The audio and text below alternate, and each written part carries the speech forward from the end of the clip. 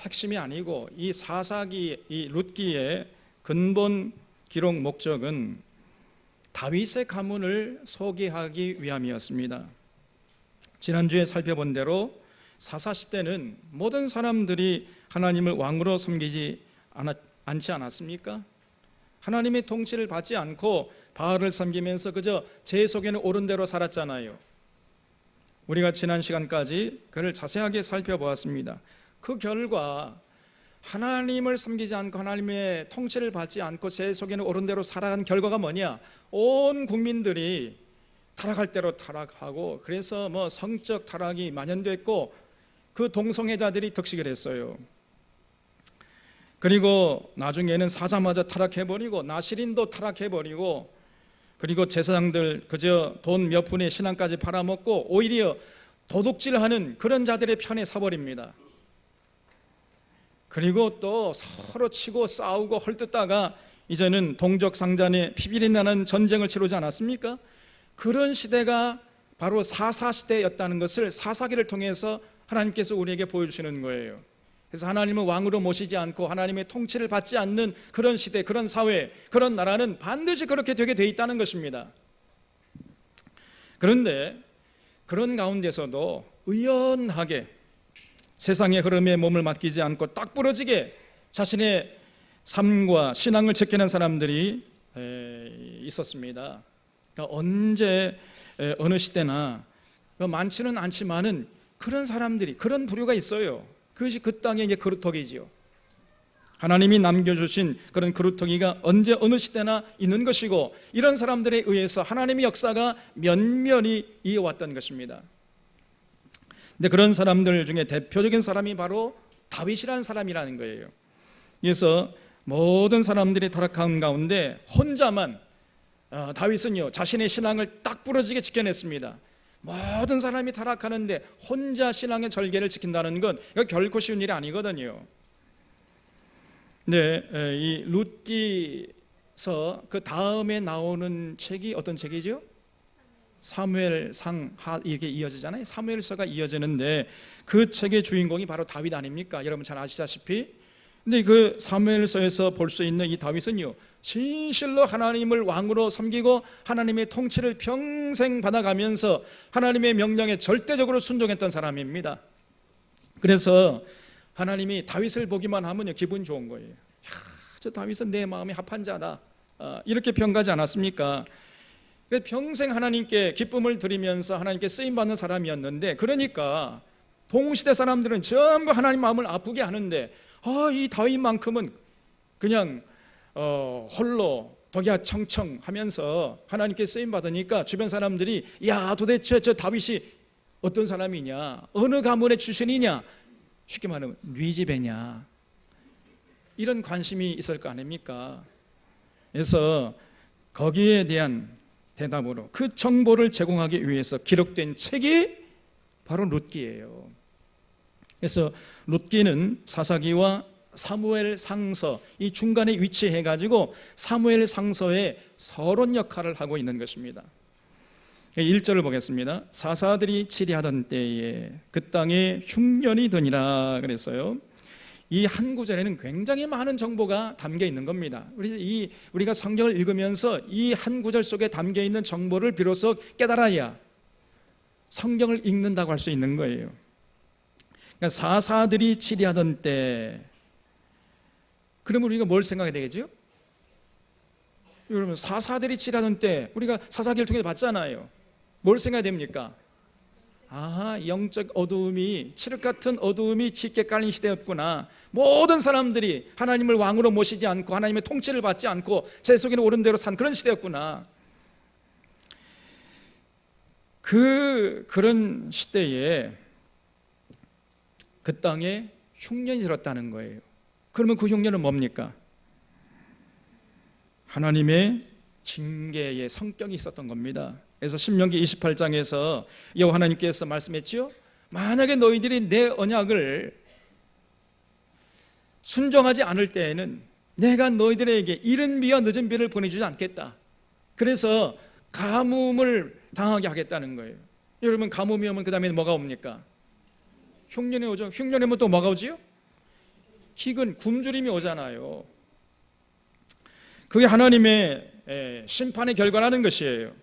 그렇기 때문에 그 사사들이 치리하는 때에 그 땅에 흉년이 임했다는 것은 하나님의 징계의 성격, 심판의 성격이 있었던 거예요.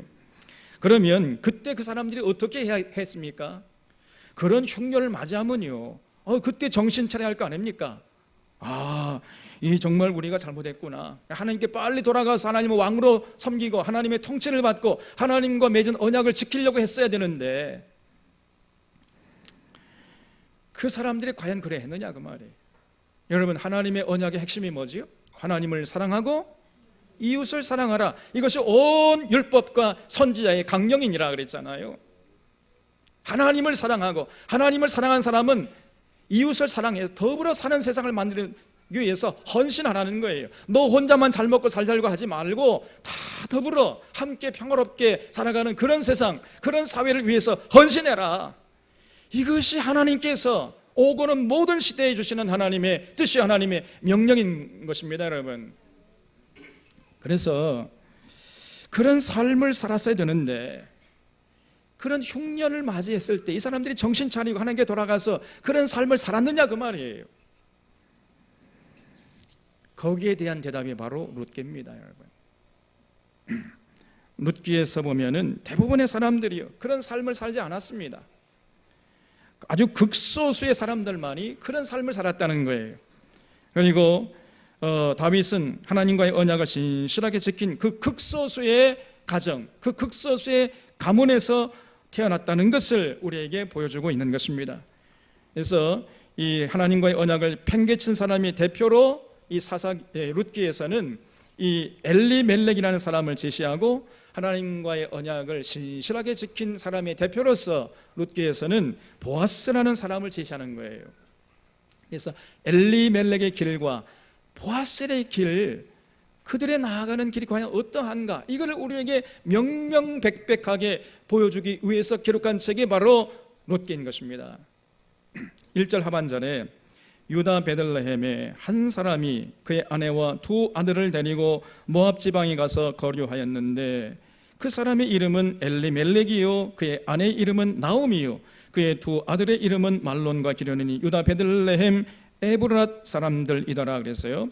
여기 이 베들레헴에 이제 엘리멜렉이라는 사람이 살았는데, 이 베들레헴이라는 그 말 뜻은요, 빵을 굽는 동네라는 말이에요. 빵 굽는 동네. 여러분 배고프시죠? 좀 있으면 점심 먹어요. 빵 굽는 동네가 베들레헴이었어요. 그러니까 다시 말하면 이 베들레헴은요, 먹을 것이 풍성한 동네였다는 거예요. 항상 먹을 것이 넉넉한 동네였습니다. 그런 동네까지 지금 흉년이 들었다는 것은 이건 굉장한 흉년이라는 거예요. 자, 그런데 그 동네에 엘리멜렉이라는 사람이 살았는데, 그 사람이 굉장히 부자였습니다, 여러분. 자, 그러면은 흉년 들었을 때 부자가 해야 할 일이 뭐겠습니까?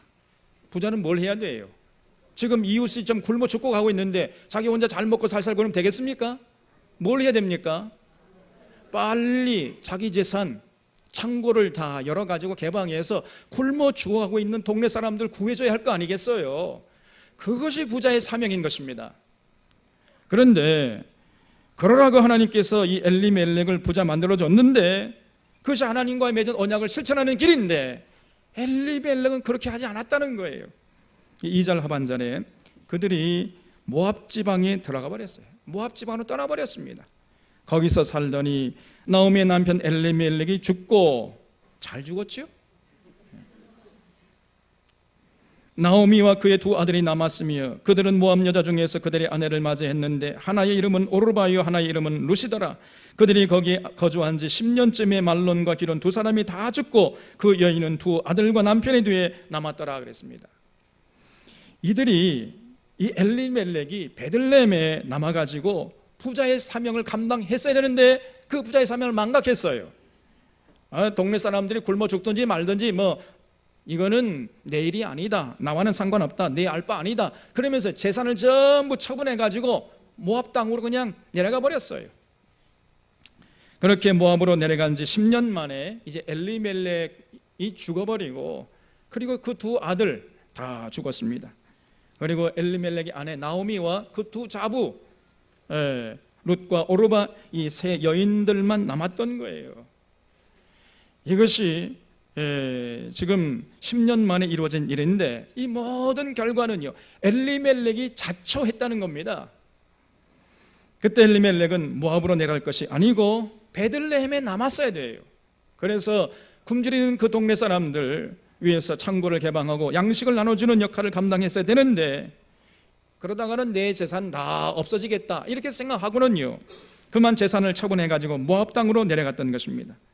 신명기에 보면은 우리 하나님께서 뭐라고 말씀했죠? 우리에게 생명길과 사망길을 놓으신다 그랬어요.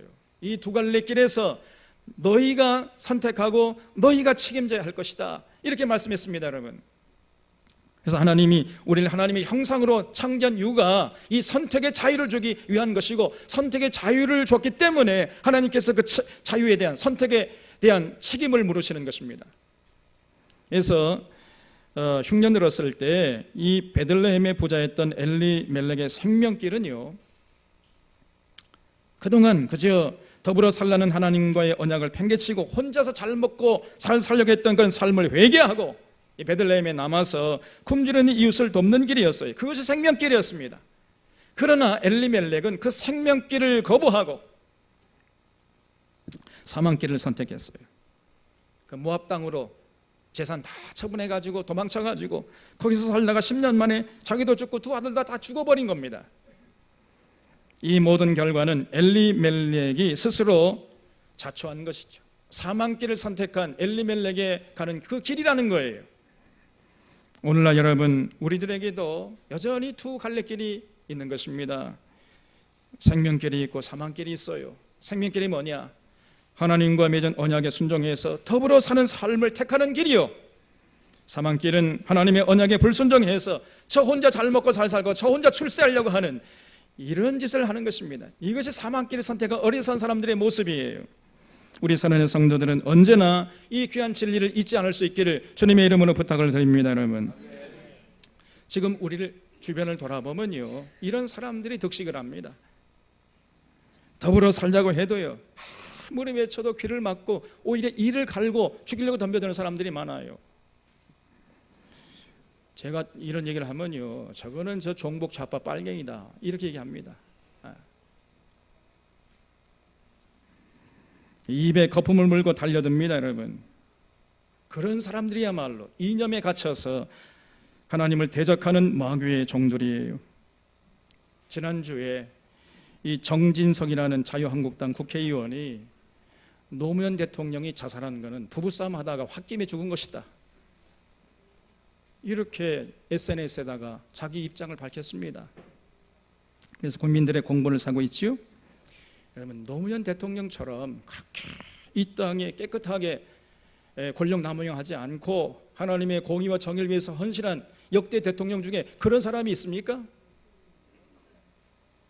그런데 이런 대통령을 그토록 증오하면서 그렇게 끈질기게 물어뜯고 있는 것입니다. 이것은 그 정진석이라는 사람이 더불어 살기를 전혀 바라지 않는다는 이야기고 하나님을 정면으로 대적하는 마귀의 종임을 스스로 만천하에 드러내는 것이에요.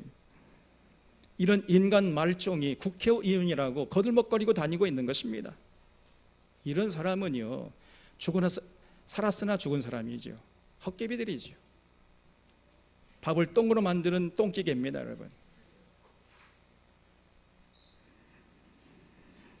이런 자들이 또 많아요. 한두 사람이 아닙니다. 이런 자들이 국회의원이라고 우리의 지도자로서 저렇게 하기 때문에 이 나라가 지금 이렇게 어지럽고 지금 전쟁의 소문, 흉흉한 소문들이 지금 들려오고 있는 거 아니겠습니까? 여러분, 정말 국민들의 정신을 차려야 돼요. 어떻게 이런 자를 국회에 보낼 수 있습니까? 여러분, 누가 보낸 거예요 도대체가? 저 찍은 사람들 뒤에 손 들고 있어 좀.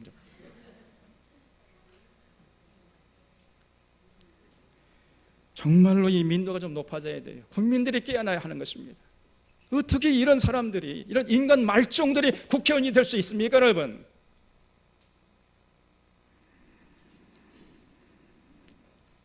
그런 사람들을 우리가 빨리 이 역사의 무대에서 치우는 것이, 이것이 생명기를 택하는 거예요. 우리 스스로가. 그래서 이제 이 남편도 죽고 아들들도 다 죽은 후에 나오미가 생각해 보니까 이제 살 길이 막막한 겁니다. 그래서 이 나오미와 새파랗게 젊은 청산과부 2명, 이 며느리 도합 3명이 이제 다 과부가 됐잖아요. 이 여인들 힘으로 어떻게 그 험한 세상을 헤쳐나갈 수 있겠습니까? 나오는 것은 한숨뿐이었어요. 그 소식을 들은 제가 어째 신방 가지 않을 수 있겠어요. 그래서 제가 신방을 가봤어요. 그 나오미 집에 가보니까 대돌 위에 그냥 고무신이 나란히 세 켤레가 놓여져 있는 거예요. 방문을 열어보니까요, 한숨이 가득합니다. 그냥 나오미가 앞으로 세상을 어떻게 살아가면 좋을까. 그러니까 이제 그 한숨을 받아가지고 룻이 또 오로바가 또 방 안에 한숨이 가득해. 여러분, 그 모든 결과가 엘리멜렉이라는 사람이, 또 나오미가, 이 두 부부가 생명길을 택하지 않고 사망길을 택한 결과란 말이죠. 그래서 생각도 못한 나오미가 내가 생명길을 택하지 않고 사망길을 택했구나. 이제 나도 고향으로 다시 돌아가야 되겠다. 그제서 정신이 번쩍 든 것입니다. 그래서 이 두 자부를 이끌고 이제 나오미가 고향 베들레헴으로 내려가다가 아무리 생각해도 이렇게 3명의 여인이 뭉쳐 있으면 다 굶어 죽을 것 같아요. 그래서 두 자부에게, 얘들아, 내 걱정하지 말고 너희들이나 좋은 남자 만나가지고 너희들 살 길 찾아서 가거라. 이렇게 제안을 했어요. 그러니까 두 자부들이 얼마나 효성스러운지, 살아도 같이 살고 죽어도 같이 죽겠다는 겁니다. 여기 10절 말씀에 나오미에게 이르되 아니니이다. 우리는 어머니와 함께 어머니의 백성에게로 돌아가겠나이다 하는지라 그랬어요. 얼마나 효성스러운 며느리들입니까, 여러분?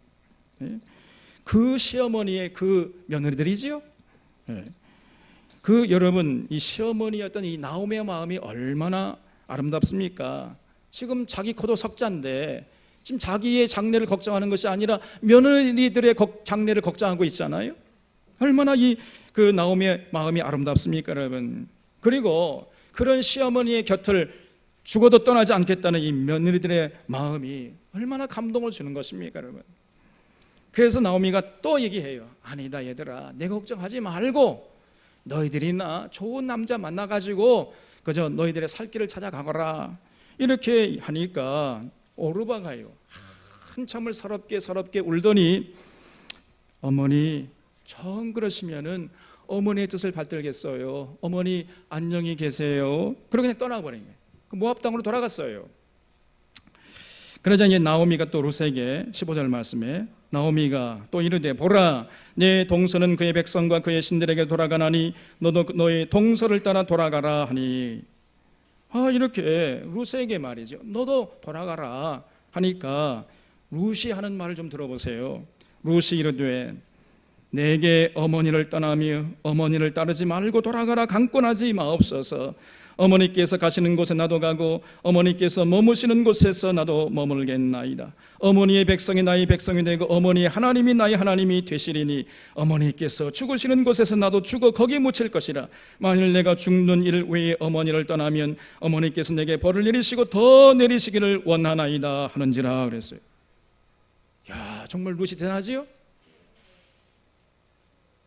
너무 감동을 먹어가지고 이렇게 대답을 못하십니까? 어머니, 다시는 저보고 어머니 곁을 떠나라고 하지 마세요. 어머니가 가는 곳에 나도 가고 어머니가 죽어 묻히는 곳에 제가 묻히겠습니다. 어머니가 섬기는 하나님이 나의 하나님이 되실 것입니다. 이렇게 나오잖아요.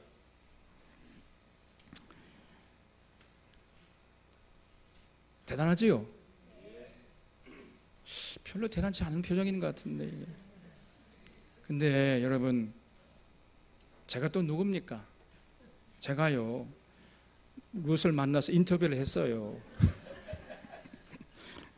아니, 그런 공식적인 멘트 말고 솔직하게 그때 속마음이 어떠했습니까? 이렇게 물어보니까요, 룻이 솔직하게 말하면은 그때 자기도 오르바처럼 그 시어머니 나오미 곁을 떠나고 싶었다는 거예요. 자기도 떠나고 싶었는데 동서인 오르바가 먼저 선수를 치고 떠나버린 겁니다. 그런데 어떻게 떠나겠어요? 여러분, 그 룻마저 떠나버리면은 이제 홀로 남겨진 나오미가 어떻게 되겠습니까? 그때 여러분 같으면은 어머니, 그래도 저는 떠날래요. 안녕히 계세요. 이렇게 하고 갈 수 있겠습니까? 그 어머니가 얘야, 동서 갔으니까 너도 가거라. 그런다고 한다고 해서 예, 그러면 저도 가겠습니다. 어머니, 안녕히 계세요. 이러고 떠난다면요, 이 싸가지 없이. 그런 사람은 우리 사랑교회 성도가 아니에요. 우리 사랑교회는 그런 성도 없습니다, 여러분.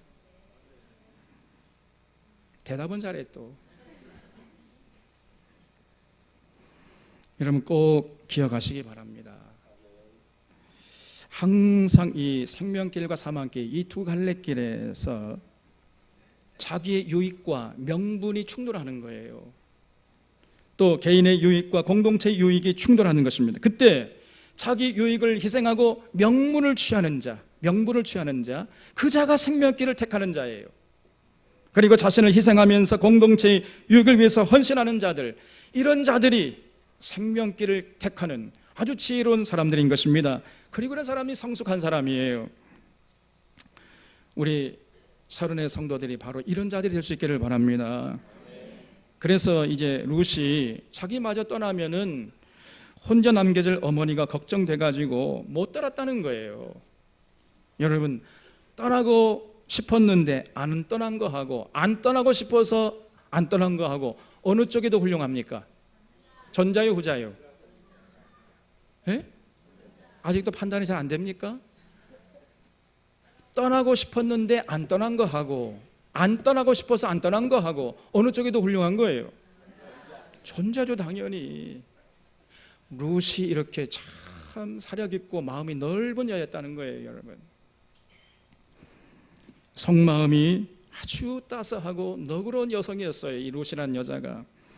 이런 여인의 후손에서 누가 나왔다는 거예요?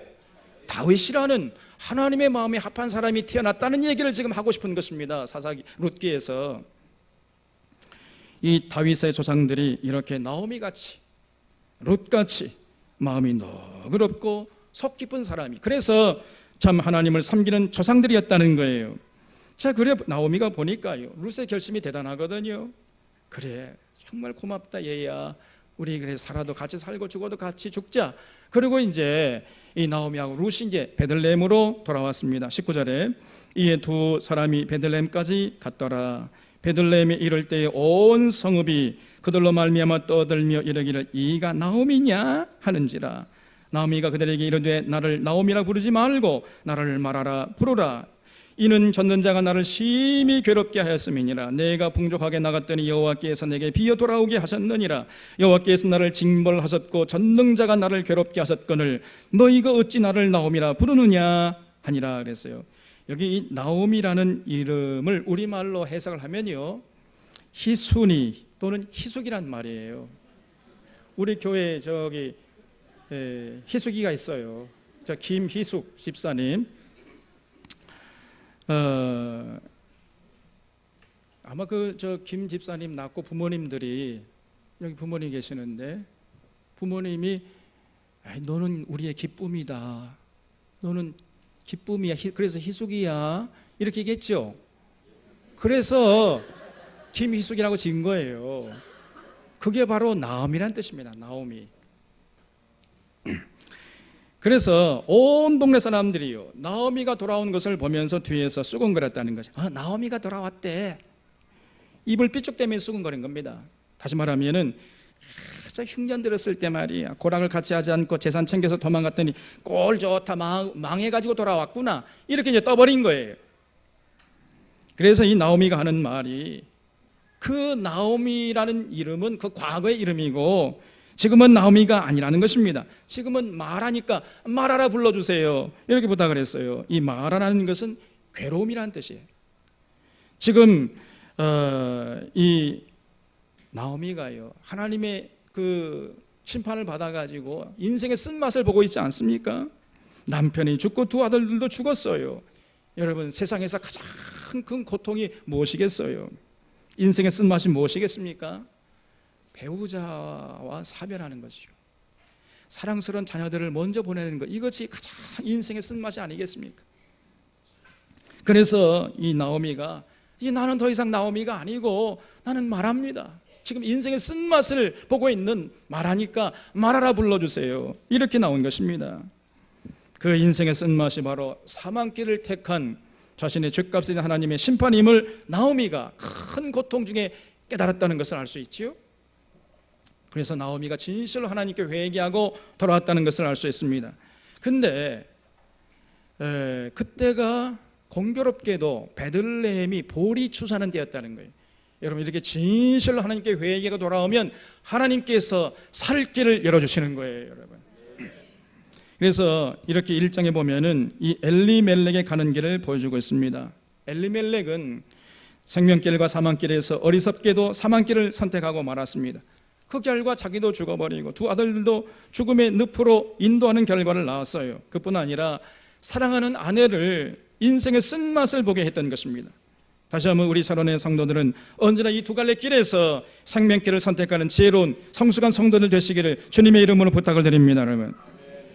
그래서 이 2장에 보면은 이제 이 두 갈래 길에서 생명길을 택한 멋진 남녀를 우리가 만날 수 있습니다. 2장 1절에 나오미의 남편 엘리멜렉의 친족으로 유력한 자가 있으니 그의 이름은 보아스더라 그랬어요.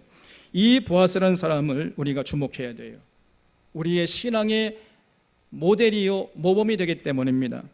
보아스는요, 이 엘리멜렉의 친족이었지만은 그러나 그의 가는 길은 완전히 달랐습니다. 베들레헴에 돌아온 룻이 이제 시어머니를 공양하기 위해서 이제 보리밭에 나가서 이삭을 주려고 했어요. 3절 말씀에 2장 3절에 룻이 가서 베는 자를 따라 밭에서 이삭을 줍는데 우연이란 말 줄쳐보세요. 우연히 엘리멜렉의 친족 보아스에게 속한 밭에 이르렀더라 그랬어요. 참 놀랐습니다. 그 나오미와 룻 일행이 돌아온 때가 마침 보리 추수한 때였고 또 룻이 밭에 나가서 이삭을 줍는데 우연히 보아스라는 사람이 밭에 가서 이삭을 줍게 되었다는 거예요. 그리고 또 마침 보통 주인은 추수하는 그 밭에 안 나가는데 그때 그냥 웬일인지 보아스가 그날따라 그냥 밭에 나가고 싶은 마음이 들어가지고 우연히 그 밭에 나갔다가 룻을 만난 겁니다.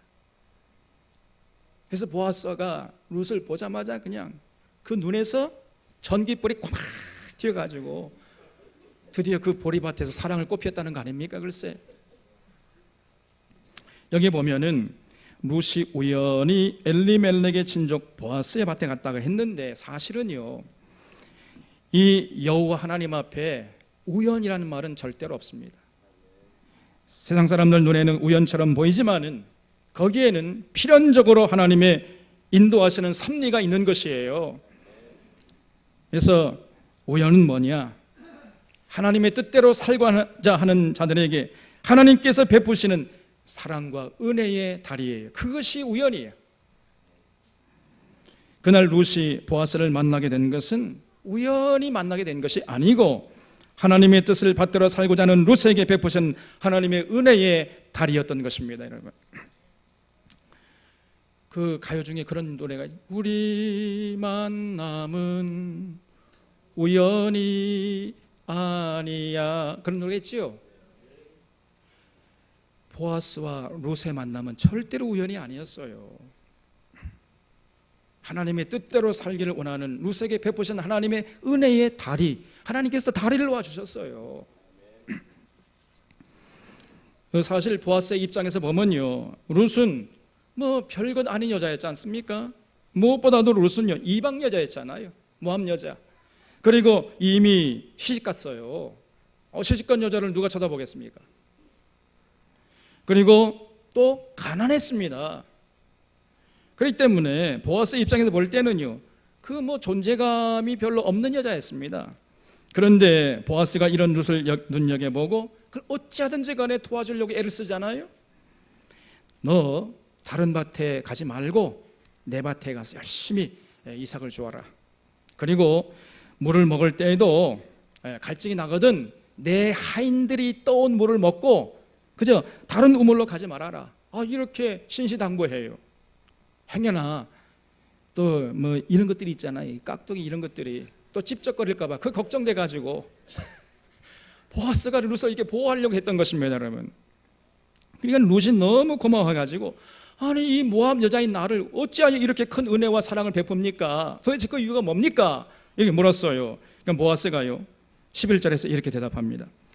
보아스가 그에게 대답하여 이르되 너의 남편이 죽은 후로 네가 시어머니에게 행한 모든 일과 네 부모와 고국을 떠나 전에 알지 못하던 백성에게로 온 이 일이 내게 분명히 알려졌느니라 그랬어요.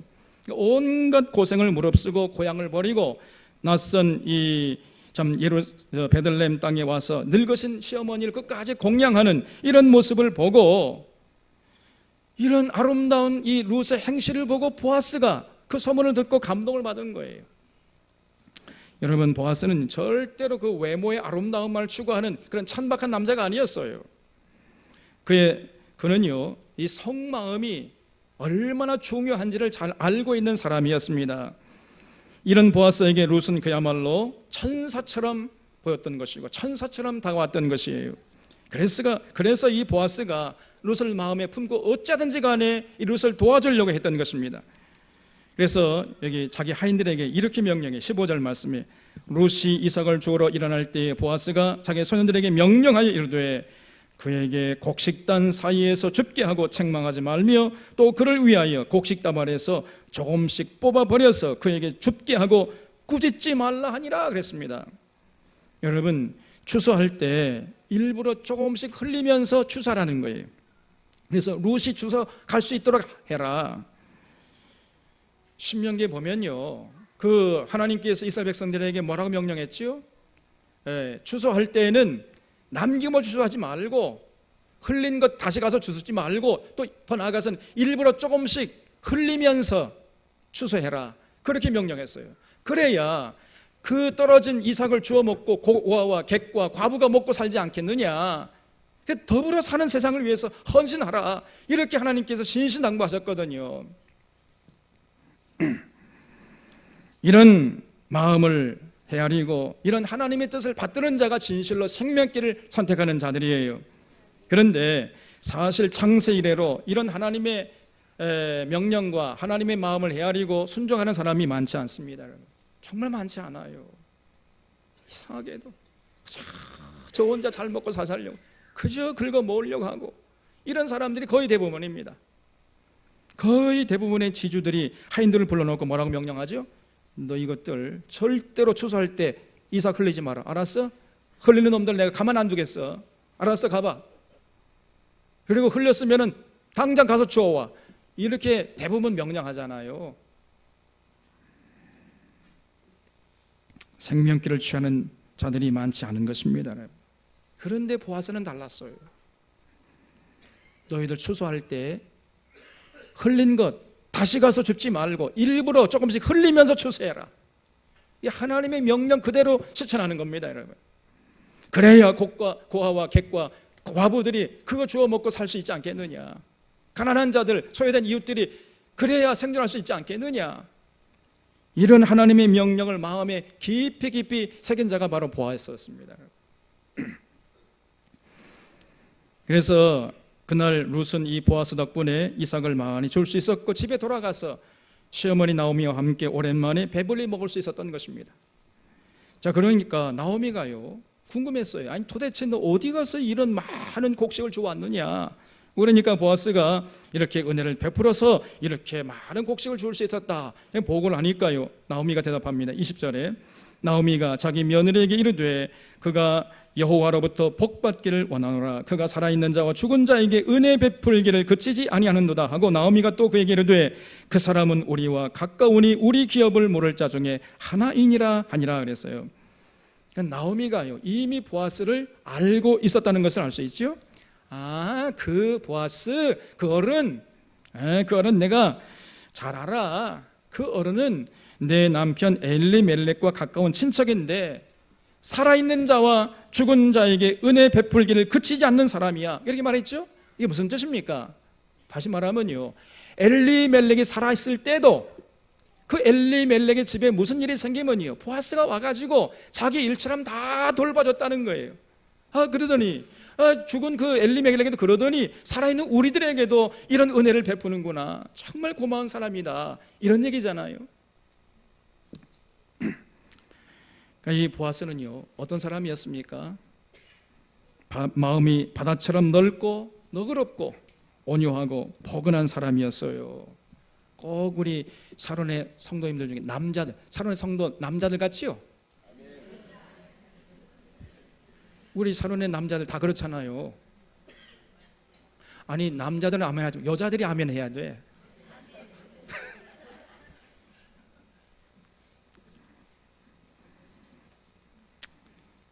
보아스는 엘리멜렉과 정반대의 삶을 살지 않았습니까? 정반대의 길을 갔잖아요. 정말 생명길을 선택하고 사망길을 거부했던 것입니다. 이게 보아스의 삶이었어요. 그 보아스는요, 어려운 이웃을 도와주는 그 일을 평생 사명으로 알고 실천한 사람이었어요. 그래서 이런 보아스를 룻이 사랑하게 되었고, 그래서 그 둘이 급속하게 가까워져서 결국 결혼에 꼬이는하게 되었다는 거 아니에요. 글쎄, 여러분, 우리 속담에 유유상종이라는 것이 있어요. 말이 있어요. 여러분, 결국은요, 끼리끼리 사는 거예요. 끼리끼리.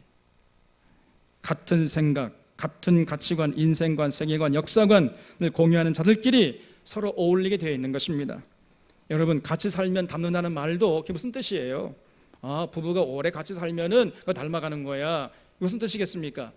외모가 닮아간다는 얘기가 아니에요. 물론 그런 것도 있겠습니다만은, 여러분, 같이 살다 보면요, 이런 가치관, 인생관, 세계관, 역사관, 물질관이 똑같아지는 거예요. 그래서 결혼 초기에는요, 이게 다르기 때문에 자꾸 싸우는 거예요. 결혼 초기에는 싸우는 게 정상입니다, 여러분. 그렇다고 싸우라는 얘기는 아니고, 그래서 싸우다가 같이 살다 보면은 이제 생각이 같아지고 추구하는 그 가치관, 인생관, 세계관, 역사관, 물질관이 같아지기 때문에 이제 싸울 일이 없는 거예요. 그러니까 같이 사는 겁니다, 여러분. 계속 살아감에도 불구하고 그게 같아지지 않으면은 그럼 더 이상 같이 살 수가 없는 거예요. 유유상종인 것입니다. 그래서 결국 이 두 사람이 통하는 바가 많았어요. 그래서 급속하게 가까워지는데, 이 결혼하는 과정을 좀 더 살펴보면 4장에 나옵니다. 그래서 이 보아스가 상문에 앉아가지고 어느 날 이 성읍 장로님들하고 이 나오미 문제를 가지고 이제 의논을 합니다. 그러다 보니까 마침 자기보다 이 나오미 가족하고 한 촌수가 가까운 사람이 지나가거든요. 이거 자네 잠깐 일로 와봐, 여기 앉아봐, 이거 앉아. 이 엘리멜렉이 생명길을 버리고 사망길을 택한 바람에 다 죽었지만은, 뭐 죽은 사람은 죽었어도 산 사람은 살아야 되지 않는가? 그러니까 우리가 이런 일을 도우라고 성읍의 장로들 이제 되었는데, 농번기다 뭐다 해가지고 차일피일 두르고 미루는데 오늘은 그렇게 할 수가 없다는 거예요.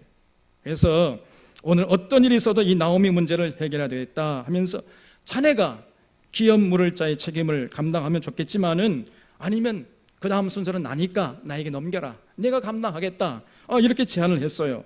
그러니까 이 사람이 처음에는요, 당연히 내가 감당해야지 하다 가만히 생각해 보니까 그 나오미의 기업을 물으려면요 돈이 많이 들잖아요. 그러니까 돈이 아까워가지고 나는 못하겠어, 당신이 감당하든지 말든지 하라, 막 이렇게 이제 보아스에게 넘겨준 겁니다. 그래서 보아스가 그 모인 모든 장로님들에게, 그러면 내가 이 엘리멜렉이 팔아먹은 재산을 물려서 나오미에게 물려주는 것, 장로님들이 다 증인입니다. 다 장로님들이 인정하시죠? 장로님들이요, 인정하다마다 우리들이 증인이 되겠다는 거예요. 그래서 결국 보아스가 나오미의 기업을 물러주고 이제 자유의 몸이 된 이 룻을 자기 아내로 맞이하게 되었다는 거예요. 그래서 결혼을 했는데 그 두 사이에서 이제 아기가 태어났습니다. 4장 13절 말씀에, 이에 보아스가 룻을 맞이하여 아내로 삼고 그에게 들어갔더니 여호와께서 그에게 임신하게 하심으로 그가 아들을 낳은지라 그랬습니다. 룻이 보아스와 결혼해서 둘 사이에 이제 아들이 생겼다는 것이죠. 7절 말씀에 그의 이웃 여인들이 그에게 이름을 지어주되 나오미에게 아들이 태어났다 하여 그의 이름을 오벳이라 하였는데 그는 다윗의 아버지인 이새의 아버지였더라 그랬어요. 사실 그 아기는요, 나오미가 난 아들이 아니었잖아요. 이 나오미가 너무나 좋아하면서 그냥 마치 자기가 낳은 아들처럼 그렇게 업고 다니면서 그냥 막 기뻐하고 좋아하니까 동네 사람들이 저 나오미가 아들 낳았어 이렇게 뒤에서 수군거렸다는 거예요. 근데 사실은 나오미가 낳지 않고 누가 낳았어요? 룻이 낳은 거지요. 그래서 그 아기 이름을 오벳이라 했는데 이 오벳이 다윗의 할아버지였던 거예요. 18절 말씀해 보면 베레스의 계보는 이러하니라. 베레스는 헤스론을 낳고 헤스론은 람을 낳고 람은 아미나답을 낳았고 암미나답은 나손을 낳았고 나손은 살몬을 낳았고 살몬은 보아스를 낳았고 그랬죠. 여기 살몬이란 사람이 나오는데 이 사람은 그 여호수아에 의해서 가나안 땅 정탐하라고 보낸 그 2명의 정탐꾼 중에 한 사람이었습니다. 그래서 결국 여리고 기생 라합 만나가지고 그 기생 라합과 결혼해가지고 난 아들이 바로 보아스거든요. 그래서 이 보아스가 모함 여자 룻과 결혼해가지고 오벳을 낳았다는 겁니다. 그리고 오벳은 이새를 낳고 이새가 다윗을 낳았다는 거예요. 결국 이 룻기의 결론과 초점은 다윗에게로 맞춰지는 것을 볼 수 있잖아요. 다윗 가문의 이야기를 하고 있었던 것입니다. 다윗의 가문이 이렇게 자손 대대로 칠흑같이 어두운 사사시대에서도 하나님을 올곧게 섬기는 가문이었다는 거예요. 그래서 다윗의 이 아버지가 이새고 또 다윗의 할아버지가 오벳이고 다윗의 증조 할아버지가 그 아름다운 사람 보아스고 증조 할머니가 사렵 있고 아름다운 여인 룻이었고 또 다윗의 고조 할아버지가 누구요? 믿음의 용사 살몬이고 고조 할머니가 그 아름다운 여리고의 여인 라합이었다는 거예요. 이렇게 믿음의 사람들 가문의 후손에서 하나님 마음에 합한 다윗이 태어난 것입니다. 이런 믿음의 가문에서 태어난 다윗이 하나님을 평생 기쁘게 했다는 것을 소개하고자 기록된 책이 룻기예요, 여러분. 이런 신앙의 명문 가정에서 하나님이 쓰시는 사람들이 태어나는 것입니다. 아무나 태어나는 게 아니에요. 적어도 하나님이 쓰시는 사람들이 태어나려면 이런 5대 정도 신앙의 명문 가정이 돼야 돼. 우리 sharon의 성도님들도 믿음의 명문 가문을 이루어서 자손대대로 하나님의 사람들, 하나님께 쓰임받는 멋진 하나님의 사람들이 일어날 수 있기를 주님의 이름으로 축원합니다, 여러분. 그리고 여기 더 한 가지 생각할 것이 있는데 이 책 이름을 그러면 왜 룻기라고 했느냐, 그 이유가 뭐냐 하는 것입니다. 여러분, 이 룻이라는 말 뜻은요 우정이란 말이에요. 우정, 그리고 친구 그런 뜻입니다. 그래서 루사 그러면요 우정아 그런 얘기예요. 얼마나 좋은 이름입니까? 그래서 여러분의 이제 자녀의 이름을 우정이라고 지으면은 얼마나 멋있겠어요? 나중에 아내가 되어도 아내가 남편에게 친구가 되는 거예요. 또 이제 아기를 낳으면 자기 자녀에게 친구가 되어줍니다. 그리고 나중에 시어머니가 되잖아요. 그럼 어머니에게 그 며느리에게 친구가 되어줘요. 이런 사람이 정말로 아름다운 사람이잖아요. 우리 사랑교회는요 이런 멋진 사람들이 많아요. 정말 행복한 사람들이지요. 그러니까 이름을 우정이라고 지는 게 참 좋아요. 근데 저는 우정이라고 지으려고 해도 이 엄씨라서 좀 불리한 점이 많습니다. 이 김 씨는 김우정, 이 씨는 이우정, 박 씨는 박우정, 최 씨는 최우정 다 어울리잖아요. 근데 엄 씨는 어무정?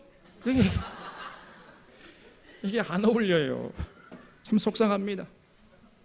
엄 씨에게 어울리는 이름은요 청란은 좀 어울려요. 청란, 엄청 또 격해, 엄격해, 좀 어울려요.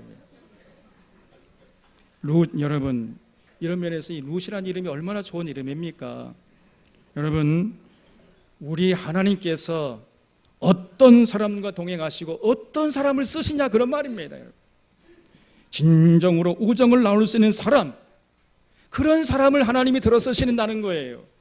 룻 같은 마음이 따뜻하고 인정 있는 사람, 가을 하늘을 바라보면서요 그 가을 하늘 아래에서 국화꽃을 보면 눈물이 핑 도는 그 감성이 살아있는 사람, 봄에 꽃이 피면요 야, 꽃 멋있다 그래가지고 꺾어가지고 머리에 꽂아. 이런 사람은 절대로 하나님이 쓰시지 않습니다, 여러분. 그런 냉혈한 같은 벌써 한 가지만 봐도 딱 보면 압니다.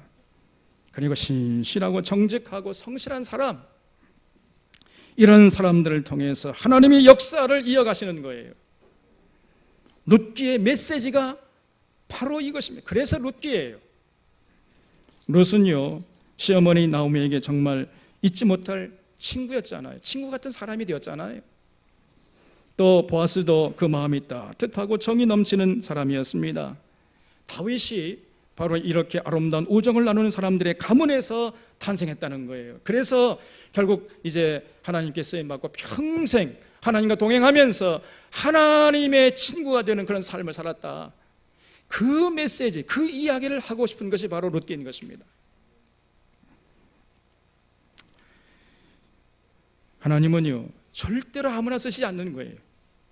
룻과 같이 참 인간미가 넘치면서 생명길을 걷는 사람들을 통해서 칠흑같이 어두운 이 암흑기 속에서도 하나님의 역사를 이어가시는 것입니다.